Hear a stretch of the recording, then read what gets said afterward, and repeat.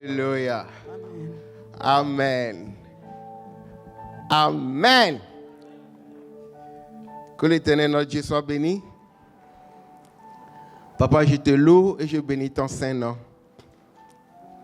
Papa, c'est par ta grâce que nous sommes encore là pour apprendre de toi. Papa, prépare les cœurs afin que la parole tombe sur de bons terrains et produise des fruits. Rien que des fruits au nom puissant de Jésus-Christ. Papa, aide-nous à comprendre la portée de ce message et que ce message nous ouvre les portes de la prospérité au nom de Jésus-Christ. Papa, bénis ton peuple afin qu'il soit dans l'abondance et afin qu'il arrive à soutenir ton œuvre. Papa, je t'en supplie, fais-le. Papa, que tout esprit de distraction soit éloigné de nous. Je proclame ta seigneurie dans ce milieu, papa. Prends contrôle. Papa, enseigne-nous la parole. Au nom de Jésus-Christ. Amen. Alléluia. Amen. Notre Dieu, il est bon. Il est bon. Jésus est bon. Il est bon. Son amour est infini. Il est bon. Il est bon. Jésus est bon. Jésus est bon. Il est bon. Son amour est infini. Amen. Nous allons continuer notre étude sur les actions de grâce. Le dimanche passé, c'était le pasteur Justin qui était intervenu parce que je ne me sentais pas bien. Alléluia. Et je rends grâce à Dieu pour sa vie. Amen. Aujourd'hui, nous allons continuer ce message. Et le titre du message de ce matin est intitulé comme suit: La loi de la semence et de la récolte. La loi de la semence et de la récolte. Nous allons lire dans Genèse 26, le verset 12 à 13. Nous allons lire Malachie 3, 8 à 12 et 2 Corinthiens 9, du verset 6 au verset 10. Je vous ai dit de lire, je vous ai demandé l'autre dimanche de lire Matthieu. Qu'est-ce que je vais demander de lire? Je vais demander à ce que vous lisiez certains chapitres. Quels sont ces chapitres? Matthieu 6, Matthieu 25, 2 Corinthiens 8 et 2 Corinthiens 9. Merci beaucoup. Que Dieu vous bénisse. Comme ça peut aller rapidement. Alléluia. La loi de la semence de la récolte. Genèse 26, le verset 12-13 nous dit, je lis au nom de Jésus, Isaac sema dans ce pays et il recueillit cette année le centuple, car l'Éternel le bénit. Cet homme devint riche et il alla s'enrichissant de plus en plus jusqu'à ce qu'il devint fort riche. Alléluia. Amen. Que la parole de Dieu soit bénie. Allons dans le livre de Malachie. J'ai oublié de vous demander de lire tous les chapitres. Malachie, vous connaissez bien ce chapitre.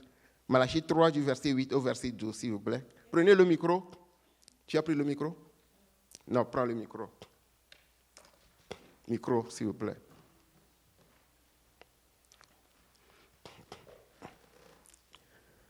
Malachie 3, du verset 8 au verset 10. Malachie 3, 8. Écoute donc, Josué, souverain sacrificateur, toi et tes compagnons qui sont assis devant toi, car ce sont des hommes qui serviront de signe. Voici, je ferai venir mon serviteur le gemme, car voici pour ce qui est de la pierre. Malachie 3. Oh. Malachie 3. Le micro, s'il vous plaît. Un homme trompe-t-il Dieu, car vous me trompez? Et vous dites, en quoi t'avons-nous trompé? Dans les dîmes et les offrandes. Vous êtes frappés par la malédiction, et vous me trompez, la nation tout entière. Apportez à la maison du trésor toutes les dîmes, afin qu'il y ait de la nourriture dans ma maison. Mettez-moi de la sorte à l'épreuve, dit l'Éternel des armées. 8 à 12, s'il vous plaît. Dit l'Éternel des armées. Et vous verrez si je n'ouvrirai pas pour vous les écluses des cieux, si je ne répands pas sur vous la bénédiction en abondance. Pour vous, je menacerai celui qui dévore, et il ne vous détruira pas les fruits de la terre. Amen. Amen. Sachez-le, celui qui sème pas. Ok, thank you. 9. Sachez-le, celui qui sème peu moissonnera peu, et celui qui sème abondamment moissonnera abondamment. Que chacun donne comme il a résolu en son cœur, sans tristesse ni contrainte, car Dieu aime celui qui donne avec joie. Amen. Amen. Car Dieu aime celui qui donne avec joie. Et Dieu peut combler toutes ces grâces afin que, possédant toujours en toutes choses de quoi satisfaire à tous vos besoins, vous ayez encore en abondance pour toute bonne œuvre, selon qu'il a écrit. Il a fait des largesses, il a donné aux indigents, sa justice subsiste à jamais. Celui qui fournit de la semence au semeur et du pain, celui qui fournit de la semence au semeur et du pain, pour sa nourriture, vous fournira et vous multipliera la semence, et il augmentera le fruit de votre justice. Alléluia. Que la parole de Dieu soit bénie. Bien-aimés dans le Seigneur, nous vivons dans un monde technologique. Un monde rempli de réseaux sociaux qui nous permettent de propager la parole de Dieu. La Bible nous enseigne des principes concernant la loi de la semence et de la récolte. Les dîmes, les offrandes, la libéralité, la générosité, la bienveillance, etc. Aujourd'hui, des voix se lèvent sur les réseaux sociaux contre ces principes, surtout la dîme, surtout les offrandes. Pourquoi? À cause de certains pasteurs dîmovores. Dîmovores, c'est-à-dire qui détruisent la dîme. Dîmovore, le mot vient de Georges Nama de Jésus-Christ TV. Des pasteurs vautours qui utilisent certains versets hors contexte pour voler, pour escroquer, pour appauvrir, pour détruire les brebis. Bien-aimés dans le Seigneur, l'Église aujourd'hui est devenue une entreprise juteuse, du business, un moyen pour chercher de l'argent. Et des agents terroristes, les agents de Satan, les sorciers, les vautours, les magiciens, les marabouts, ils se sont tous déguisés en anges de lumière et ils se sont introduits dans la bergerie pour semer du chaos, pour semer de la confusion, pour semer du discrédit à la parole de Dieu. Mon frère, ma soeur, qu'est-ce que Dieu nous demande en ce qui concerne la loi de la semence et de la récolte? Qu'est-ce que la Bible nous enseigne réellement? C'est ce que nous allons voir à la lumière des Saintes Écritures. Bien-aimés dans le Seigneur, prenez note. La parole de Dieu, c'est l'autorité suprême. La parole de Dieu, c'est l'autorité suprême. C'est le garant de la dérive de tout esprit. C'est la parole de Dieu qui nous ramène sur le bon chemin quand nous sommes perdus. C'est en cela que David pouvait dire, ta parole est une lumière à mes pieds, ta parole est une lampe à mes pieds, ta parole est une lumière ta parole est une lampe à mes pieds et une lumière sur mes sentiers. Alléluia. Ou encore les révélations de ta parole m'éclairent. Elles donnent de l'intelligence aux sages. Bien-aimés dans le Seigneur, C'est pour cette raison qu'il est très, très important de lire la parole au jour le jour. C'est un commandement divin de lire la parole au jour le jour. Ne vous contentez pas seulement des miettes que nous vous donnons ici. Il y a certaines personnes, toute la semaine, ils n'ouvrent pas leur Bible. Qui n'a pas lu sa Bible cette semaine? Alléluia. Amen. Alléluia. Tout le monde a lu sa Bible, c'est bon. Donc c'est bon, je suis content. Alléluia. C'est un commandement divin. Dans Josué 1:8, la Bible nous dit, Dieu nous dit de lire la parole au jour le jour. C'est un commandement divin. Si vous ne le faites pas, donc c'est un péché contre Dieu. Parce que si vous ne lisez pas la parole, Satan, lui, il connaît très bien la parole. Il va utiliser la même parole pour vous détourner de la voie de Dieu. Il l'a fait avec Adam et Ève dans le jardin d'Éden. Alléluia. Il a voulu faire encore contre notre Seigneur Jésus-Christ, oubliant que Jésus-Christ lui-même est la parole. Satan sait bien que Jésus est le Fils de Dieu. Qu'en est-il de toi? Toi qui n'as que 3 versets dans ton vocabulaire. 3 versets. Satan connaît très bien la parole. Il est venu vers Jésus-Christ. Il est écrit à ton sujet. C'est Satan qui parle ainsi. Il est écrit à ton sujet. Alléluia. Jésus-Christ a répondu avec la parole. C'est dans la parole qu'il y a la puissance. Donc si vous ne possédez pas la parole, vous ne possédez pas l'autorité, vous n'avez pas la puissance. Alléluia. Amen. Ces faux pasteurs, ces pasteurs de la prédication de l'évangile de la prospérité, ils s'appuient sur certains textes, comme Malachie 3, comme 2 Corinthiens 8, pour les déformer, afin d'assouvir leur cupidité, leur gloutonnerie. Bien-aimés dans le Seigneur. Ces textes sont représentatifs de tous les autres textes qu'ils utilisent à tort et à travers pour voler, pour escroquer. Alléluia. Allons dans 2 Pierre.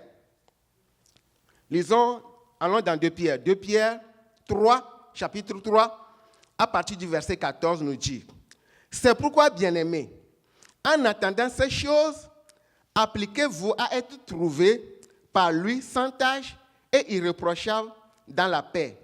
Croyez que la patience de notre Seigneur est votre salut, comme notre bien-aimé frère Paul vous l'a aussi écrit selon la sagesse qui lui a été donnée. C'est ce qu'il fait dans toutes les lettres où il parle de ces choses dans lesquelles il y a des points divergents à comprendre, dont les personnes ignorantes et mal affermies tordent le sens comme celui des autres Écritures pour leur ruine. Bien-aimés, il y a des gens mal affermis, des personnes ignorantes qui ne connaissent rien de la parole, qui tordent le cou à la parole, non pas pour la gloire de Dieu, non pas pour le salut des brebis, mais pour leur propre ventre. C'est pour cette raison, mes frères, mes sœurs, vous devez beaucoup vous méfier sur tout ce que vous écoutez, sur tout ce que vous ramassez sur les réseaux sociaux. Alléluia. Vous devez beaucoup faire attention. Vous devez beaucoup faire attention. Dans toutes les Écritures, la loi fondamentale, le principe est le même. Que ce soit dans l'Ancien Testament, que ce soit dans le Nouveau Testament, le principe est le même. Dieu nous bénit afin que nous aussi nous soyons une source de bénédiction pour les autres. Cette bénédiction peut être matérielle pour le bien des autres, pour la gloire de Dieu et pour l'avancement de son œuvre. Tout ce dont Dieu nous bénit n'est pas seulement destiné à satisfaire nos intérêts égoïstes, mais à être partagé. C'est pour cette raison d'ailleurs que l'apôtre Paul, dans Philippiens 2, le verset 4, nous dit que chacun de vous, au lieu de considérer ses propres intérêts, considère aussi les intérêts des autres. Alléluia. Amen. Que chacun de vous, au lieu de considérer ses propres intérêts, considère aussi les intérêts des autres. nous sommes appelés à refléter la nature et le caractère de Dieu.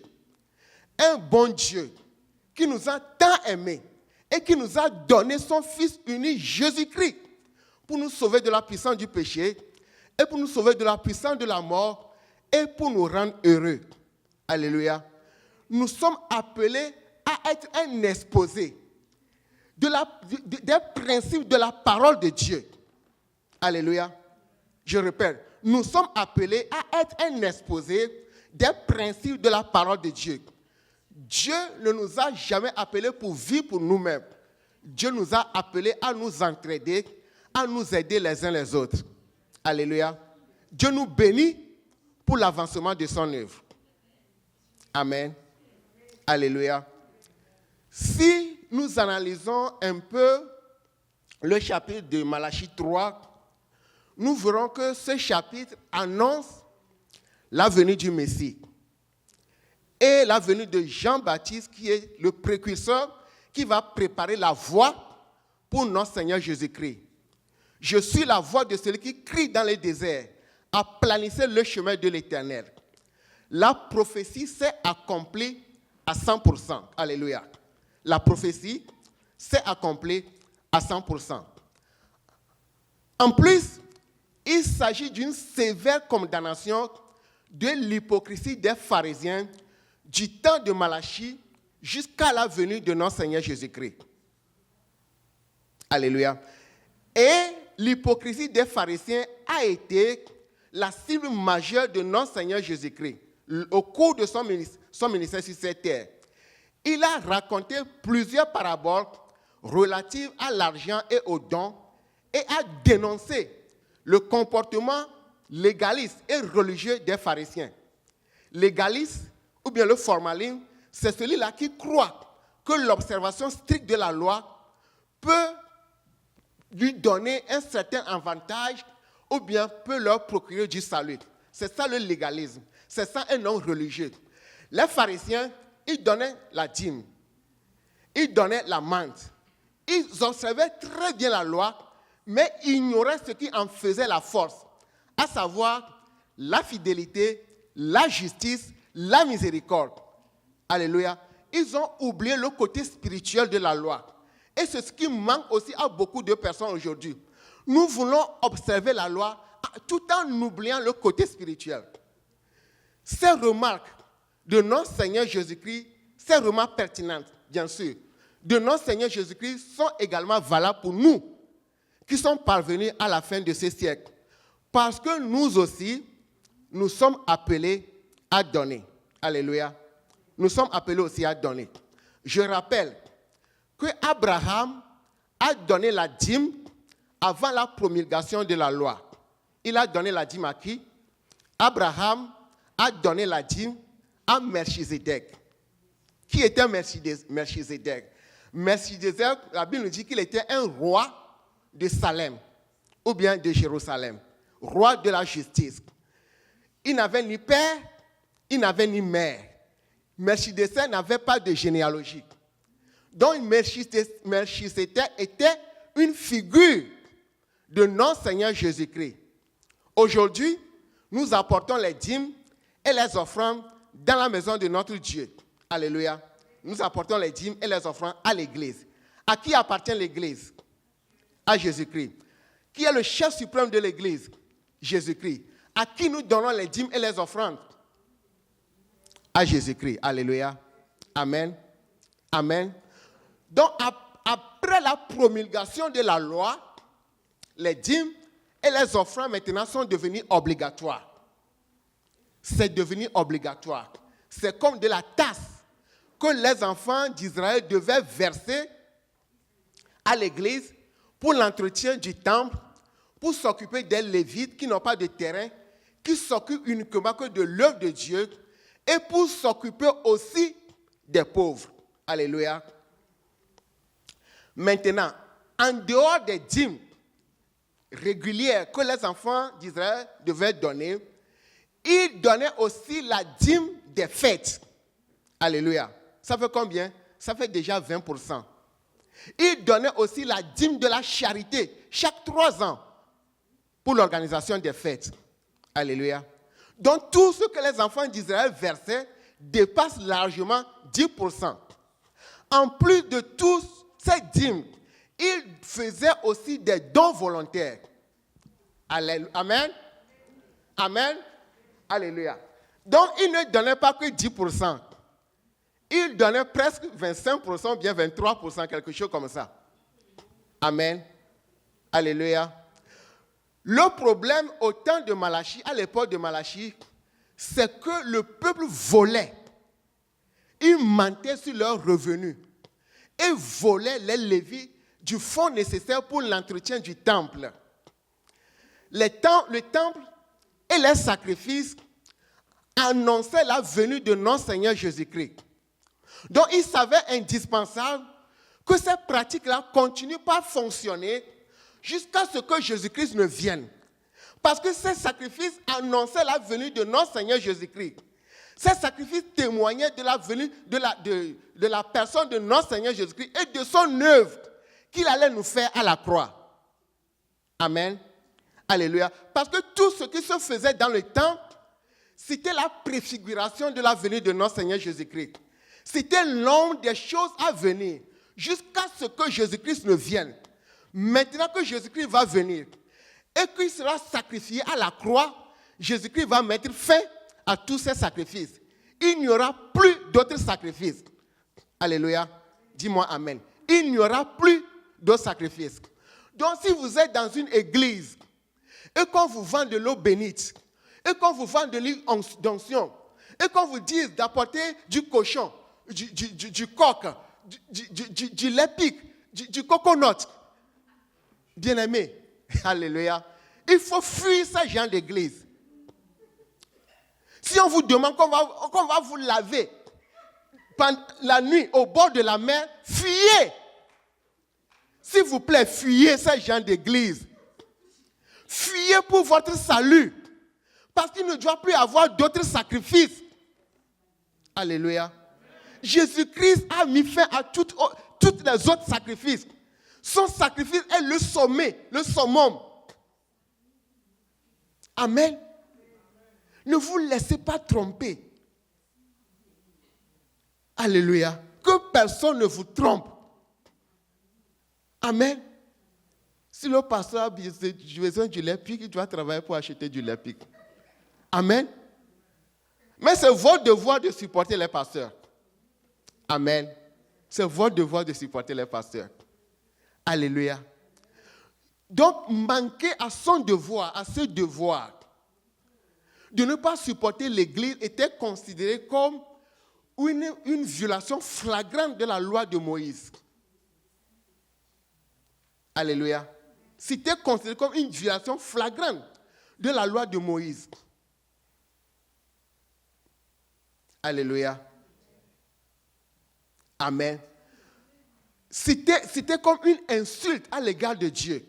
Parce que ce genre de comportement mettait en péril la promesse de Dieu pour Israël. Israël qui était supposé être la lumière du monde. Il en est de même pour certains chrétiens aujourd'hui qui ne supportent pas leur église locale, qui ne supportent pas leur pasteur, qui ne supportent pas les œuvres de leur église. Bien-aimés, l'église a besoin de l'argent. Alléluia. L'église a besoin de l'argent. Nous avions acheté ce building et nous payons le mortgage. La facture du mois passé, l'électricité s'élevait à combien? À 800. Plus de 880. Imaginez. Parce qu'il fait froid. Et je pense que la facture de ce mois va s'élever peut-être à $1000. Alléluia. Donc, si vous ne donnez pas de l'argent, avec quoi allons-nous payer les billes, les factures? Avec quoi nous allons payer le mortgage? Donc, l'Église a besoin de l'argent. Comme au temps des Lévites, aujourd'hui aussi, il y a encore des pasteurs qui s'occupent de l'œuvre de Dieu. Il y a des pauvres dans la société. Alléluia. Et c'est l'œuvre de l'Église de le faire. C'est l'œuvre de nous tous. et nous devons le faire. Amen. La grande question que nous devons nous poser est de savoir quelle est notre attitude lorsque nous donnons. C'est la grande question. Est-ce que nous donnons à Dieu par amour, par reconnaissance à Dieu, ou bien nous donnons avec des calculatrices à la main et donnons seulement ce que la loi est requise? Est-ce que c'est de cette manière-là que nous donnons? D'une manière légaliste. L'apôtre Paul a abordé la même question dans la continuité de nombreuses paraboles de notre Seigneur Jésus-Christ dans 2 Corinthiens 8 et dans 2 Corinthiens 9 que je vous ai demandé de lire. L'enseignement biblique, la Bible nous enseigne que nous devons donner à Dieu par amour et en signe de reconnaissance à Dieu. Alléluia.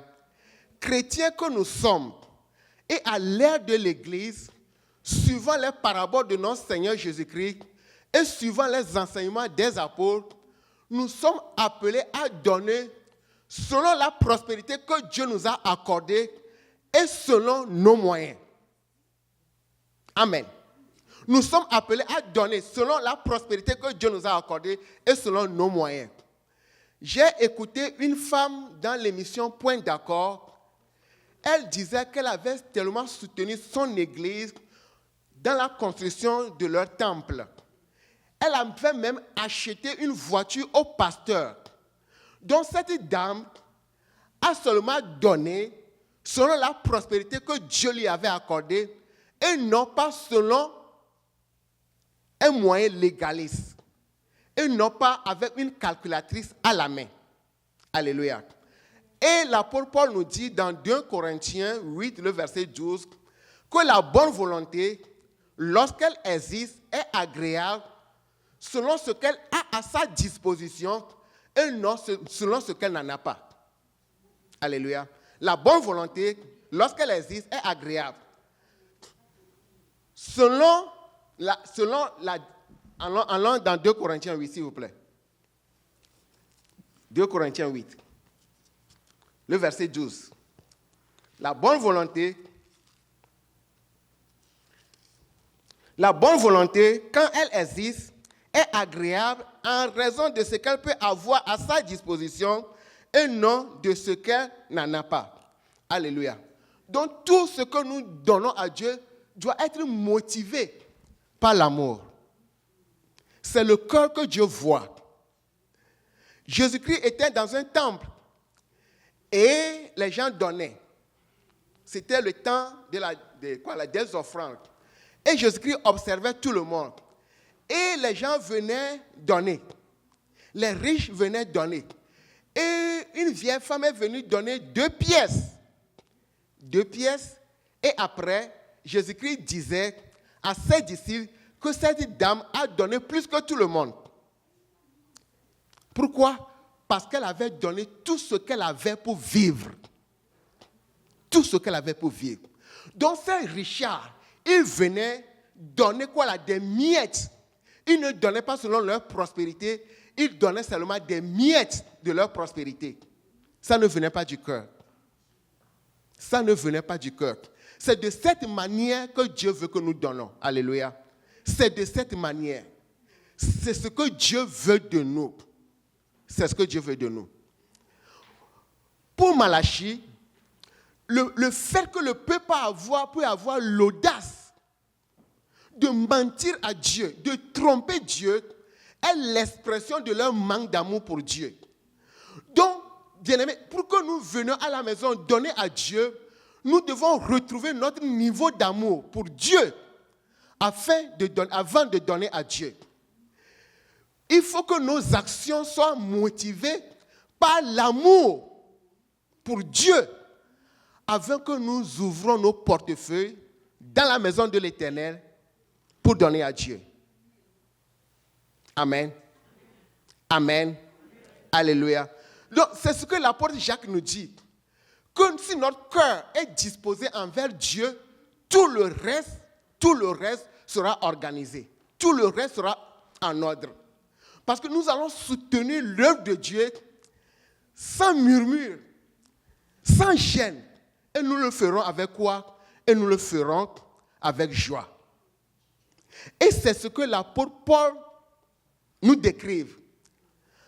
Suivant les instructions de notre Seigneur Jésus-Christ et suivant les enseignements de notre Seigneur Jésus-Christ dans Matthieu 6 et dans Matthieu 25, suivant les instructions de l'apôtre Paul dans 2 Corinthiens 8 et dans 2 Corinthiens 9, la Bible nous exhorte à donner, car Dieu aime celui qui donne avec joie. Bien-aimés, et l'apôtre Paul était en train de faire l'éloge de l'église de Macédoine. La persécution était intense. Ils vivaient une forte tribulation. Mais cette église, l'apôtre Paul dit, ils ont donné. Malgré leur pauvreté, ils ont tellement donné au-delà de leurs moyens. Non pas seulement qu'ils ont donné, mais aussi ils se sont donnés à Dieu et ils se sont donnés aussi aux apôtres. Dis-moi Amen. Alléluia. Ils se sont donnés d'abord à Dieu. Et après, ils se sont donnés aussi aux apôtres. C'est ce qui a pu les a motivés à pouvoir donner à Dieu au-delà de leurs moyens. Amen. Dis-moi Amen. C'est ce que Dieu veut de nous. C'est ce que Dieu veut de nous. Celui qui sème peu, moissonnera peu. Celui qui sème beaucoup, moissonnera beaucoup. Et Dieu aime celui qui donne avec joie. Bien-aimés, ce qui se passe aujourd'hui dans l'église de Dieu, c'est grave. C'est très grave. C'est très triste. Parce que qu'est-ce qui se passe? Avec ces agents de Satan, ces dimorphes, ils ont appauvri les brebis. Bien-aimés, ils ont appauvri les brebis. Et ils utilisent ces chapitres pour forcer les brebis à donner, à toujours donner, à toujours donner. Si tu ne donnes pas, tu seras maudit. Si tu ne donnes pas, je vais t'enlever ma bénédiction. C'est un pasteur qui parle comme ça. Que lui va enlever la bénédiction sur la vie d'une brebis. Qui sommes-nous? Qui sommes-nous? Quand nous prions Dieu, c'est Dieu qui bénit. Moi, je peux prier Dieu de bénir la soeur. C'est Dieu qui bénit. Ce n'est pas le pasteur qui bénit. Bien-aimé, c'est triste, hein? Ils font le service de lundi à dimanche, chaque jour, et ils doivent donner. Ils ont des jets privés. Ils ont des collections de voitures. Et ils n'ont pas honte de les exposer. Bien-aimé dans le Seigneur. Si tu ne donnes pas ta dîme, tu ne seras pas maudit. Si un pasteur te dit que si tu ne donnes pas ta dîme, tu seras maudit. Non. Jésus-Christ nous a libérés de la malédiction de la loi. Alléluia. Qu'est-ce que la Bible nous dit? Que Jésus nous a libérés de la malédiction de la loi. C'est pour cela que tout ce que nous faisons dans la maison de Dieu doit être motivé par l'amour, en signe de reconnaissance. Le salut que nous envoyons gratuitement, c'est ce qui doit nous motiver à donner à Dieu. Pour l'avancement de l'œuvre de Dieu. Pour la gloire de Dieu. Ils ont des collections de montres Rolex. Bien-aimés. Bien-aimés. Il y a un pasteur ici aux États-Unis. Il avait forcé ses brebis à donner. Il leur a imposé de l'argent pour payer un avion. Pour payer un avion. Il y a beaucoup de pasteurs ici aux États-Unis. Après le culte de dimanche, vous allez les retrouver sur les îles d'Hawaï pour aller faire leur vie là-bas. Et ce qui est encore marrant, avec des prostituées. Avec des prostituées. Si les choses sont ainsi, pourquoi des voix ne peuvent pas se lever contre les pasteurs aujourd'hui? Le nom de Dieu est blasphémé à cause de qui? À cause de nous. Le nom de Dieu est blasphémé au milieu des païens à cause de nous les chrétiens. Parce que nous refusons de marcher selon la parole. N'y a-t-il pas des pauvres? N'y a-t-il pas des brebis qui souffrent? Certains n'arrivent même pas à payer leur écolage. Mais il y a des pasteurs qui se vendent de leur richesse. Jésus-Christ dit, les oiseaux ont des nids, les renards ont des tanières. Le Fils de l'homme n'a pas un seul lieu où poser sa tête. L'apôtre Paul lui-même fabriquait des tentes. Il fabriquait des tentes pour soutenir ceux qu'il avait délivrés, ceux qu'il avait sauvés. Bien-aimés, qu'en est-il de nous? Qu'en est-il de nous? Pourquoi nous ne pouvons pas nous entraider, nous supporter les uns les autres? Bien-aimés, nous sommes là pour nous supporter. Nous sommes là pour nous entraider. L'église de Jérusalem a besoin de l'aide. Et ils ont fait des quêtes. L'église de Macédoine a fait de la quête pour leur envoyer. Ainsi de suite. Vice versa. Ils s'entraidaient entre eux. Amen. Pourquoi pas nous? Pourquoi pas nous? Si un frère a un problème au milieu de nous, pourquoi nous ne devons pas nous mobiliser pour soutenir ce frère? Alléluia. Amen. Notre frère, l'autre fois, a perdu son papa. Nous savons ce que c'est. La famille peut être riche au pays.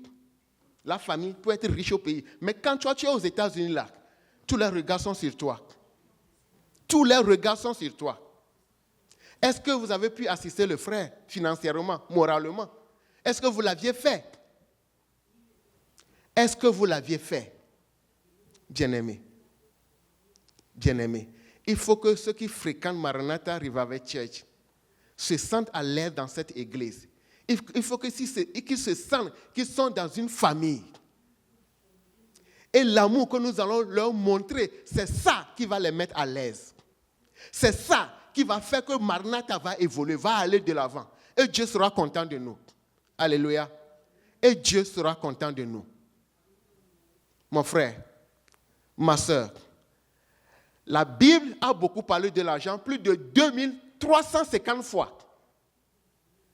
Plus de 2350 fois, la Bible a fait mention de l'argent. Tout ce qui concerne l'argent, la possession, la cupidité. La Bible a fait mention plus de 2350 fois. 15% des paraboles de notre Seigneur Jésus-Christ est relative à l'argent et aux dons. Alléluia. Quand je parle de l'argent, ce n'est pas que j'ai besoin de l'argent. Non. Je ne prends... Les personnes ne sont pas payées. Je ne suis pas payé. Donc, personne ne peut me dire que je veux de l'argent, c'est pourquoi je prête ce message. Non. Non. C'est prenez les cours. Et ce message, c'est pour vous faire sortir de la pauvreté financière. Le peu que vous recevez, si vous appliquez les principes de Dieu, Dieu va l'arroser. Amen.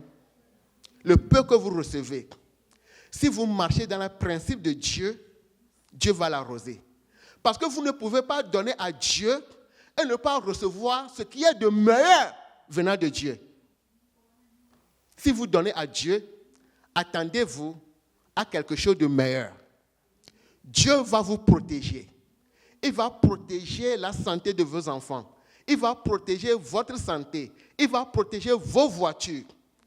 Dieu va arroser le peu que vous prenez. Il va le multiplier. Alléluia. Amen. Amen. Que Dieu vous bénisse. Au nom puissant de Jésus-Christ. Donc, que Dieu nous aide. Alléluia. Levons aussi nos pieds.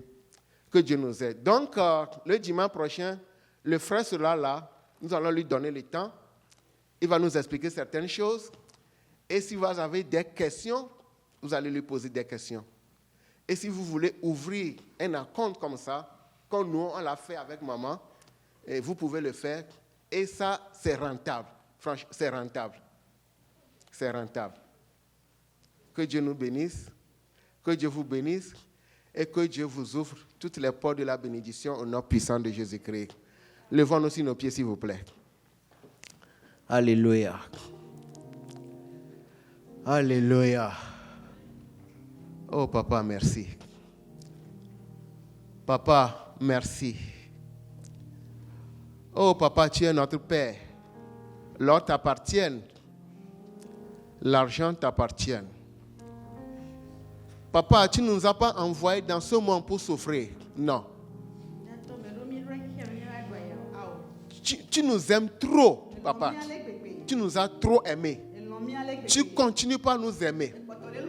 Et si nous sommes là, papa, ce matin, c'est aussi pour te témoigner notre amour. Papa, ton peuple est en train de souffrir. Les choses coûtent énormément très cher. Très cher. Très cher.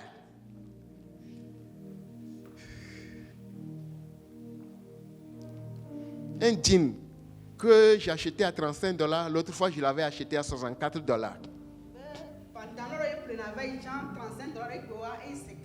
$64.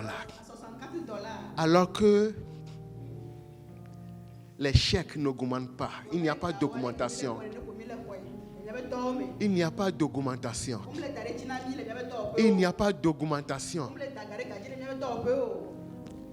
Mon frère, ma soeur, tu vas prier. Tu vas dire à Dieu, Dieu, je m'abandonne à toi. Papa, je m'abandonne à toi. Prends soin de moi. Au nom de Jésus-Christ. Papa, je m'abandonne à toi. Prends soin de moi. Au nom de Jésus-Christ. Tu es mon Père. Tu es tout pour moi. C'est toi qui m'as engendré. Tu ne m'as pas envoyé dans ce monde pour souffrir. Non. Non, papa. Non. Papa, je me confie en toi. Papa, je m'abandonne à toi. Papa, prends soin de moi. Prends soin de moi, papa. Prends soin de moi, papa. Dans tous les domaines de ma vie. Dans tous les domaines de ma vie, papa, prends soin de moi. Prends soin de moi, mon Seigneur, mon Dieu. Prends soin de moi au nom puissant de Jésus-Christ. Papa, je te confie ma finance. Je te confie ma finance. Je te confie ma finance. Papa, prends soin de ma finance. Prends soin de ma finance. Prends soin de ma finance. Prends soin de ma finance. Protège ma finance. Protège ma finance. Contre les vautours. Contre les vautours. Contre les hommes méchants. Contre la sorcellerie. Contre le maraboutage. Au nom de Jésus-Christ. Au nom de Jésus-Christ. Papa, protège ma santé. Protège ma voiture. Protège la santé de mes enfants. Protège la santé de ma femme. Protège la santé de mon mari. Protège mon travail. Au nom de Jésus-Christ. Au nom puissant de Jésus-Christ. Au nom puissant de Jésus-Christ. Papa, ouvre-moi les portes de la bénédiction.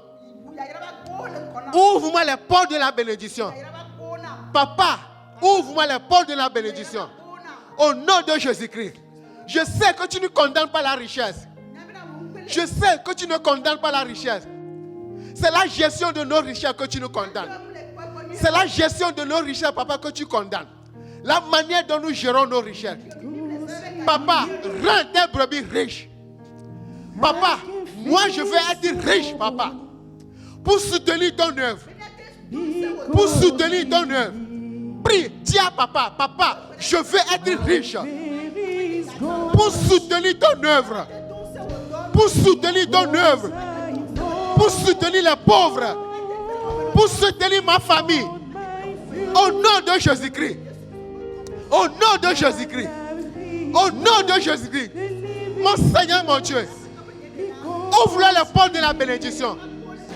Tout ce qui constitue des blocages dans leur vie. Que les blocages soient enlevés. Que les obstacles soient brûlés. Que les obstacles soient anéantis. Tout ce qui constitue un blocage. Sur le plan spirituel comme sur le plan physique. Mon Seigneur, mon Dieu. Donne-leur, papa, de la sagesse. Donne-leur de la sagesse. À pouvoir bien gérer leurs biens. À pouvoir bien gérer les biens qui tombent dans leurs mains. Oh, mon Seigneur, mon Dieu. Papa, nous sommes à toi. Papa, nous sommes à toi. Papa, nous sommes à toi. Papa, nous sommes à toi. Papa, nous sommes à toi. Au nom de Jésus-Christ. Au nom de Jésus-Christ. Tu vas encore prier. Tu vas encore prier. Et remettre ta vie dans la maison. Ta vie dans la main de Dieu. Papa, protège ma vie. Papa, protège ma vie. Papa, protège ma vie. Papa, protège ma vie. Papa, protège ma vie. Papa, protège ma vie. Papa, protège ma vie. Je m'abandonne à toi. Sois mon bouclier, papa. Sois ma forteresse, mon Seigneur, mon Dieu. Protège-moi et garde-moi. Protège-moi et garde-moi, papa. Protège-moi et garde-moi, papa. Dans ce monde méchant. Dans ce monde méchant. Dans ce monde méchant. Dans ce monde méchant. Papa, je prie. Protège tes brebis. Protège tes brebis. Protège tes brebis, papa. Protège-les, papa. Et délivre-les, papa. Des influences négatives de ce monde. Protège-les, papa. Contre tout œuvre de Satan. Contre tout plan de Satan. Protège-les contre tout plan de Satan. Papa, aucune de tes brebis ne mourra jamais une mort prématurée. Aucune de tes brebis ne mourra jamais de la mort prématurée. De la mort venant de la maladie. De la mort venant des hommes méchants. Papa, cela n'arrivera pas. Papa, cela n'arrivera pas. Tu complot contre leur vie. Que tout complot contre leur vie soit anéanti. Tout complot contre leur vie soit anéanti. Au nom de Jésus-Christ. Au nom de Jésus-Christ. Papa, nous nous abandonnons à toi. Mon Seigneur, mon Dieu, nous nous abandonnons à toi. Papa, nous nous abandonnons à toi. Nous nous abandonnons à toi. Nos enfants sont entre tes mains. Protège-les partout où ils seront. À l'école. Papa, dans le parking. Oh, mon Seigneur, mon Dieu, protège-les. Papa, garde-les au nom de Jésus-Christ. Protège-les, papa. Garde-les au nom de Jésus-Christ. Papa, je remets entre tes mains tous nos frères et nos soeurs qui voyagent dans la semaine. Tous nos frères et nos soeurs qui voyagent dans la semaine, papa. Je les remets en tes mains. Je les remets en tes mains. Protège-les, papa. Protège leur départ. Protège leur retour. Leur séjour est entre tes mains. Sois avec eux au nom de Jésus-Christ. Sois avec eux au nom de Jésus-Christ. Papa, tous ceux-là qui sont enceintes au milieu de nous. Papa, fortifie-les. Protège-les. Garde-les. Garde-les, papa. L'enfant est entre tes mains. L'enfant est entre tes mains. Au nom de Jésus-Christ. Au nom de Jésus-Christ. Papa, bénis-nous la semaine. Bénis-nous la semaine. Et sois avec nous. Et sois avec nous. Et sois avec nous. Et sois avec nous. Et sois avec nous. Papa, toi seul, tu peux nous délivrer. Toi seul, papa, tu peux nous délivrer de la main des hommes méchants. Papa, nous ne savons pas qui est qui. Papa, tu connais le cœur des hommes. Tu sais ce que nous sommes. Toi seul, tu peux nous délivrer. Toi seul, tu peux nous délivrer. Toi seul, tu peux nous délivrer. Papa, merci. Papa, merci de l'avoir fait. Remercie Dieu. Papa, merci. Papa, merci. Papa, merci. Papa, merci de l'avoir fait. Merci de l'avoir fait. Au nom de Jésus-Christ. Au nom de Jésus-Christ, nous avons prié. Amen. Amen. Amen. Que Dieu vous bénisse. Alléluia.